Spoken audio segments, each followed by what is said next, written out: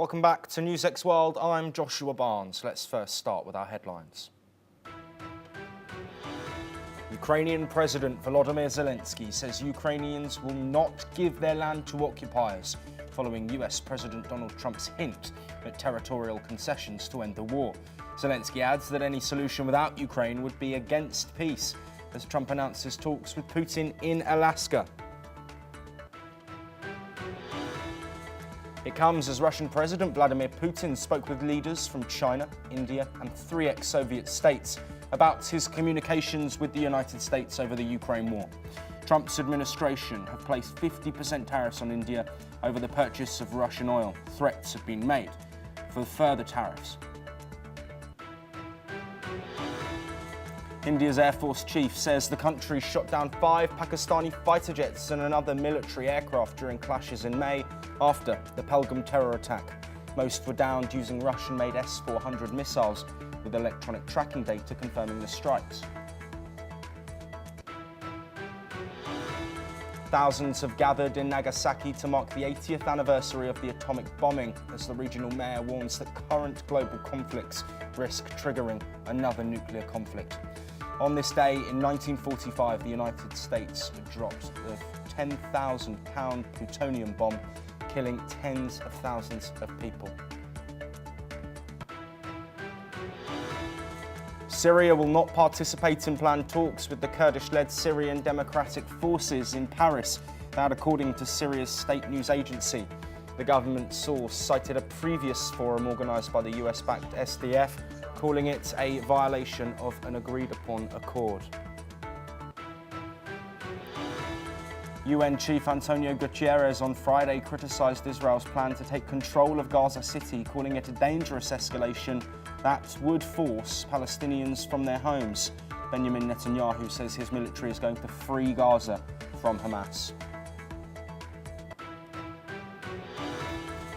Azerbaijan and Armenia signed a US-brokered peace deal during a meeting with President Donald Trump, aiming to boost economic ties and move towards full normalization after decades of conflict. The deal marks the first resolution of the conflict since the Cold War. Brazilian President Luiz Inácio Lula da Silva has signed into law a bill easing environmental licensing rules, but vetoed dozens of provisions. Nicknamed the Devastation Bill by environmentalists, it weakens environmental controls.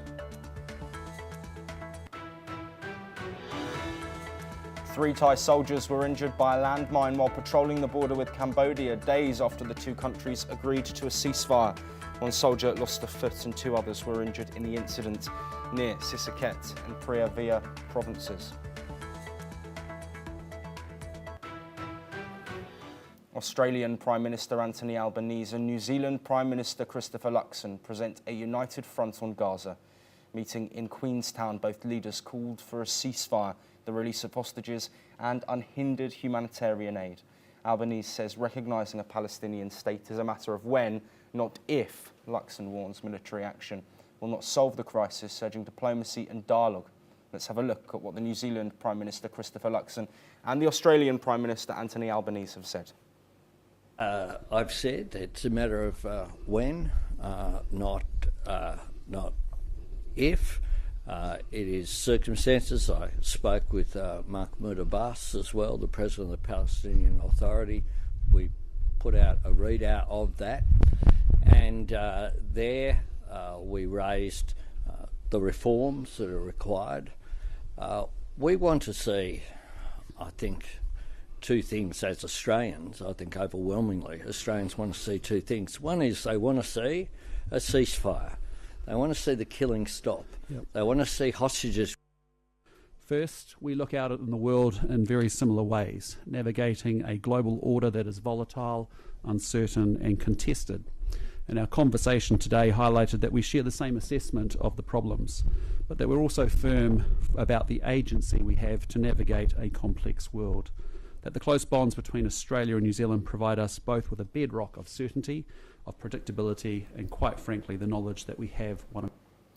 Well, this comes as Germany takes a rare step in rethinking its support for Israel. Chancellor Friedrich Merz announced a suspension of arms exports that could be used in Gaza. This move comes amid mounting public anger over civilian deaths and reports of starvation in the enclave. Merz says Israel's military actions will not achieve its stated goals. This marks the first concrete measure by Berlin against Israel since the war began, a significant shift for a nation whose support for Israel is deeply rooted in Holocaust history. Well, joining us to discuss these developments, Yossi Kupawasa, an Israeli intelligence and security expert who joins us live from Tel Aviv. Yossi, as always, a pleasure to have you on the programme. Of course, this context we're providing, this international reaction, comes after it was confirmed by the Israeli Security Cabinet after approval that Israeli forces would take control of Gaza City. Can I first get your thoughts on that move and the impacts that it will have diplomatically? Well, good day, and it's great to be with you again. Well, what we are watching is the reactions of the international community to the decision taken by the Israeli government. And it's a little bit awkward because what needs to happen is to see the international community supports Israel. What Israel wants to do is exactly what the international community is trying to achieve. Release of hostages and disarming Hamas. That's what everybody is in favor of, and you would expect everybody to support it. Instead, what you hear is people speaking in support of Hamas. It's really strange and beyond understanding here in Israel. It's those who call for the disarmament of Hamas. How do they believe that this is going to be accomplished? By volunteering Hamas that would give up its arms? This is not going to happen. Those who call for the release of hostages, how do they think this is going to happen? Hamas is going to give up the hostages. Of course, what needs to happen is to put more pressure on Hamas. And that's what the Israeli government decided to do, to put more pressure on Hamas. And if Hamas stays with its position that it refuses to disarm and it refuses to bring back the hostages, we shall have to remove Hamas from power by force. Yes. That's what we are saying. And we would have expected the international community to support that. Yes, but Yossi, of course, the situation around hostages is a devastating one. That across the world, there, of course, is support for Israel on that front. But there has been acknowledgement from former senior officials within the military, with hundreds of them coming out and saying that an expansion potentially is going to put the hostages at risk. At this point, are the hostages now an afterthought for Benjamin Netanyahu? Well, the hostages are at risk anyhow. They are a very big risk. And we saw the video clips coming out from Hamas that describes how desperate the situation of the hostages is. But if this is going to force us to succumb to all Hamas demands, then we are going to be watching another 7th of October soon, and Hamas regaining power. That's a very bad idea. That's not what we expect everybody to do, is to put pressure on Hamas in order to release the hostages because they are in such a bad shape. We have conducted negotiations with Hamas for a long time. There was a proposal put on the table by the Americans and the mediators, the Qataris and the Egyptians, and Hamas refused to accept it. Israel said, yes, okay, we are ready to do that. We are ready to pay heavy prices in order to release the hostages. Hamas refused. And they had additional conditions, and they actually demanded that the war would stop and they will remain in power. And that many terrorists will be released from jail and so on and so forth. That was unacceptable by the mediators too, not only by Israel. That's how we reached the position, the point where we are today. And yes, of course, we believe that if we put more pressure on Hamas, there is a chance that Hamas would realize that they have to show more flexibility when it comes to the hostages. And that would enable us to move forward towards a deal. That the door is open for Hamas while we put more pressure to change the direction at any given time. And if they want to have a hostage deal, then we are open for that.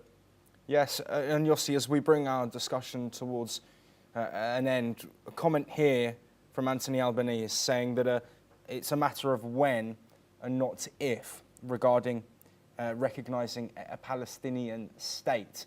Do you think that this expansion from Israel and a controlling of the Gaza Strip will be helpful for eventually having a two-state solution. We've seen global leaders talk about it and say that it's necessary for peace moving forward. We have also had Benjamin Netanyahu saying that it won't be Hamas-run, it won't be Palestinian Authority-led. But is there a glimmer of hope in a full occupation of Gaza by Israel? Well, there's a big glimmer of hope if we take over the Gaza Strip from the hands of Hamas and get the place ready to be delivered to somebody else who has a different opinion about relations with Israel than massacring the Israelis.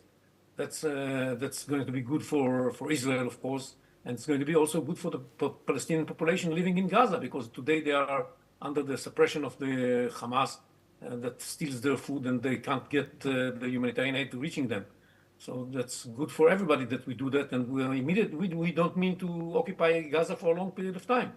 In the moment we are going to occupy Gaza and remove Hamas from power, we are going to encourage Palestinians to take over and govern themselves, and with the support of the international community and of the moderate Arab states. That's what we have in mind. And the issue of a Palestinian state, this is farther into the future, because as even Albanese said, there need to be some reforms in the Palestinians. And I would start by the first reform, and the most important reform, that the Palestinians will accept Israel as the state of the Jewish people, not keep the struggle against Israel until its demise. Once they do that, there can be a discussion about how exactly and where exactly there's going to be a Palestinian state. Yossi Kupawasa, as always, a pleasure to speak with you. Thank you ever so much for that information and insights. A lot of developments, as always, coming out of Gaza and the Middle East. We will continue to bring you all of those as we get them. We move on now, and the UK Foreign Secretary David Lammy has praised Armenia and Azerbaijan for what he called bold steps taken in Washington after the two countries signed a US-brokered peace deal ending decades of conflict. Lammy also commended President Donald Trump's role in securing the agreement, saying Britain stands ready to support peace. The deal creates a transit corridor through Armenia to connect Azerbaijan with its exclave of Nakhchivan, a long-standing demand of Baku. The United States will have development rights over the route, now dubbed the Trump route for international peace and prosperity. Iran has welcomed the agreement but warned against foreign intervention, expressing concern that the corridor near its border could disrupt regional security. Tehran has long opposed the project, often referred to as the Zangezur corridor, and says any attempt to push it forward will face a strong response. Well, joining us to discuss this, Shruti Dasgupta, an international affairs expert who joins us live from New Delhi. Shruti, as always, thank you for joining us. Let's first look at the significance of this peace deal. Of course, a long-running dispute and conflict that now has been resolved with US intervention. What's the significance of this for both Azerbaijan and Armenia? Greetings. I'm appalled at the way this peace deal was put forth. They are, as the name of the route suggests, here a Trump route for international peace and prosperity. They're tripping all over themselves. There has been no mention of whether in the Zangezur region and the Artsakh region, where there will be the resettlement of the displaced Armenians and Armenian Christians, by the way. There has been no accountability that has been held against Azerbaijan for the kind of genocidal ethnic cleansing that they had appropriated in that region. There have been no consequences for Turkey and Ankara on the whole for goading and supporting Azerbaijan's expansionist claim in the region. And beyond that, there has been no information or output stating what is going to happen to the Armenian prisoners still under the capture of Azerbaijan.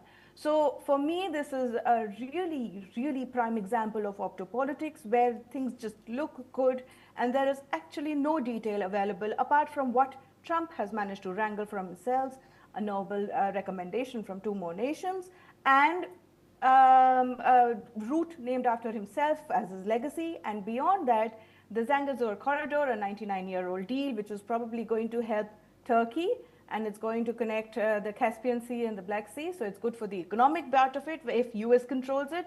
So basically it looks good only for the US, not for Azerbaijan, and definitely not for Armenia. Yes, and Shruti, Iran, of course, welcoming this deal, but also talking about this route that Trump has put his name on, of course, and talking about a foreign role in that route. Of course, Iran have spoken about this previously, but is there also potentially an aspect of this being a US brokered deal, and of course tensions between the US and Iran again boiling over after that 12-day conflict and continued discussions around a potential nuclear deal? This is completely a US brokered deal, and it's a pressure tactic both for Russia as well as for Iran. They are managing to control the Caucasus region, which is primal, and they're managing to share borders with Iran directly, of course, and it is more and more, as with each particular week, I'm seeing increased in US influence in the Middle East, and that's where all the minerals are, that's where all the energy sectors are, and this is exactly what they want. Now, if they share borders, if they control the borders and they control the Caspian Sea as well as the Black Sea, they control a lot of what Iran is going to be able to do in the coming days, and they become a huge threat to Iran itself. So that's why Iran has come out and said that although they welcome peace and stability in the region, they are not happy with foreign interference, and that would definitely mean the 99-year lease that Trump has tripped all over. Yeah, Shruti, thank you ever so much for that insight. Please do stay with us as we move on. Air Chief Marshal Amarpreet Singh has confirmed that the Indian Air Force shot down 5 Pakistani fighter jets and 1 large military aircraft during Operation Sindoor, launched in May 2025 in response to the April 22nd Pelgam terror attack. Speaking in Bengaluru, the IAF chief said the aircraft were downed using long-range surface-to-air missiles, including the S-400 system. The IAF also targeted key Pakistani air bases, including Shahbaz, Jacobabad, where an F-16 hangar was destroyed. In Bellary, where an AEW&C hangar was struck, command centres at Murid and Chaklala, and at least 6 radar sites were also neutralised. Singh described the brief conflict as a high-tech war, stating that Pakistan's air defences were significantly degraded, deterring further escalation. Well, Shruti, thank you for sticking with us. Further information coming from India about that conflict, of course, in May after the devastating Pelgam terror attack. And of course, more information about the weapons that were used, the missiles, and also the impact on Pakistan. What's your initial response to these announcements? Well, I look at it as a little too late. I wish the Indian side had spoken before. It would have stopped a lot of propaganda, false propaganda being spread all over the world without a counterbalance to what Pakistan was claiming. We've heard Trump himself say there were so many jets being downed. Now we know whose jets were being downed. We know which exact model was being downed and which particular operation they were downed in. So although India won the war that was orchestrated in the name of Operation Sindoor, we were a little behind in the narrative of it. And now when these revelations come through, I do understand that the Air Chief Marshal has specified which jets have gone down. But before that, the Air Marshal Bharti had said that we've downed a significant number of aircrafts, and but we cannot claim them because these aircrafts were not allowed to flow into Indian airspace, and so we do not have the debris on hands.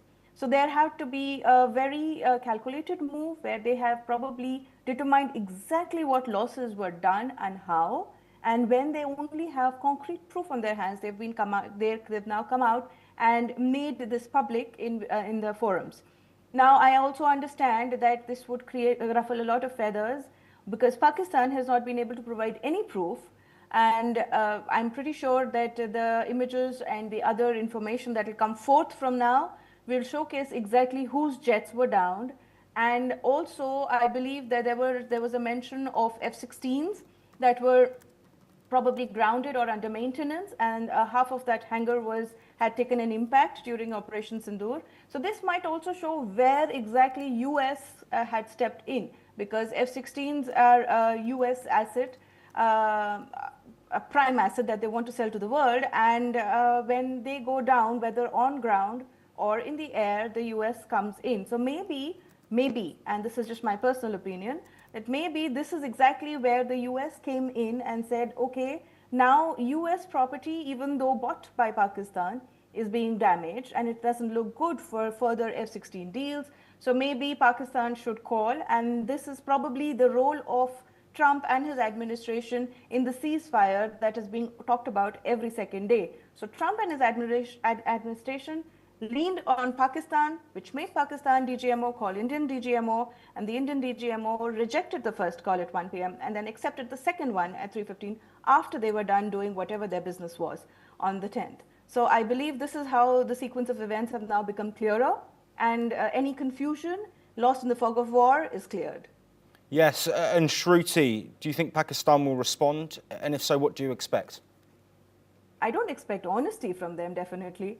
I do expect them to start asking where's the proof, shows the photographs, because this is the exact same narrative that was asked of Indian operations, whether they were just beyond the LOC in the POK regions or any other interactions with Pakistan. They still continue to believe they won the 1972 war when they actually, when 93,000 soldiers had surrendered to India, and they still talk about it as if Pakistan won the war. So I don't expect honesty from them. They would ask for proof, and hopefully our administration is well prepared with their proofs and paperwork to show them exactly how a victory is truly claimed. Yes, and Shruti, I quickly want to circle back to Donald Trump. You, of course, alluded to this claiming of brokering the ceasefire. India have denied that allegation repeatedly, saying that it was not the US who made that call. The US potentially were involved in some capacity, but not in any way actually making this deal and getting it done. Do you expect there to be any further talk on this matter, given we've just had two further nations, as you mentioned as well, handing a nomination to Nobel for the Peace Prize for Donald Trump? This could, of course, be something that continues to rumble on and potentially extend conversations around this conflict that, of course, was ended swiftly by Operation Sindoor. So if India ever had given credit, it would have been the feather of the cap of the Trump administration, because both India and Pakistan are nuclear-powered nations, and having them to step down or de-escalate would have been a much bigger thing than having, let's say, Thailand and Cambodia. Not that any destruction is acceptable, but a nuclear-level destruction is, which avoided through Trump, would have been a big deal. But as we know, that Indian administration has said that there was no role on the Indian side. In the 33 or 34 times that Trump has claimed that he was very instrumental, his administration was very active in the ceasefire, there was only one, where he said that I intervened on the behalf of Pakistan and the Indian bits did their own. There was only one such comment that he had made, and I believe that was the only one that was telling the entire truth, because now we know that the jets that he keeps talking about were the Pakistani jets that were downed, and we know that if the F-16s ever get into this particular kind of a frame where they are downed, the US gets involved. If now you understand that F-16s were under maintenance, that means the F-16s under maintenance come under US troops. So the US maintenance troops would probably be around it. So this basically means this was the reason why, if ever, US stepped into this entire conflict as a role of mediator, it would have been on the Pakistani side, heavily breathing down their necks, stop your nonsense, so that these people are US troops, do not face danger. You also know that there were two Azerbaijanis soldiers who were given a hero's burial, and they were in Pakistan itself. So there were other troops working on behalf of Pakistan during Op Sindoor. And if the F-16s were being maintained by US troops, they would probably have faced a little bit of the heat. And at that particular time, maybe US said Pakistan make the call. And that is my understanding of what would be Trump's role in this entire operation. Shruti Dasgupta, as always, thank you ever so much for joining us on both of those topics. Thank you for your insight. We move on now as Syria says it will not take part in planned meetings with the Kurdish-led Syrian Democratic Forces in Paris. This coming from a government source who told the state news agency, casting doubt on the integration deal signed in March. The SDF, which fought alongside the US against Islamic State, agreed to join Syria's institutions and merge with Damascus after 14 years of civil war. However, Damascus wants SDF forces to join individually, while the SDF insists in joining as a bloc. The Syrian government rejected a Kurdish forum calling for a review of the constitutional declaration, accusing the group of hosting separatists and opposing the March agreement. Damascus said it would not attend the Paris meetings and blamed the SDF for risks, including sanctions and foreign intervention. Recent clashes between the SDF and government forces have further strained relations. Well, I am joined by my colleague, anchor and correspondent Thomas Porteous, who is live in the NewsX World newsroom to provide some more context for us on this. Thomas, what do you have? Yes, well, of course, as you've mentioned, this March integration deal is and remains very, very fragile. Now, the Syrian state television has said that it won't join the SDF for further talks to integrate in Paris. As you've said, also the government's alleges the SDF's recent forum, which was held in the northeast of Syria, violated the March integration deal that was signed after the fall of Bashar al-Assad. They have framed it as a breach of this agreement. Officials from the Syrian government has branded it as an attempt to revive the era of the former regime. This obviously indicates deep mistrust between the two parties here. I just want to give you a bit of background what that March deal, which is still holding, however, allegations continue to fly both sides. This deal, which was put forward by the new Syrian government led by Ahmed al-Shara and the Kurdish-led SDF, it said that the SDF would be fully integrated into Syrian state institutions. Now, it hasn't been like this in 14 years, as you previously said, and there was a huge civil war in Syria due to the separation of regions there. The control of key infrastructure like airports, oil fields, and border crossings would be returned to the state. And that region that the SDF does control, it was signed in March that the government and the SDF would work together, and they would establish infrastructure, airports, crossings, logistical things, etc. And they would be returned to the state under al-Shara's government.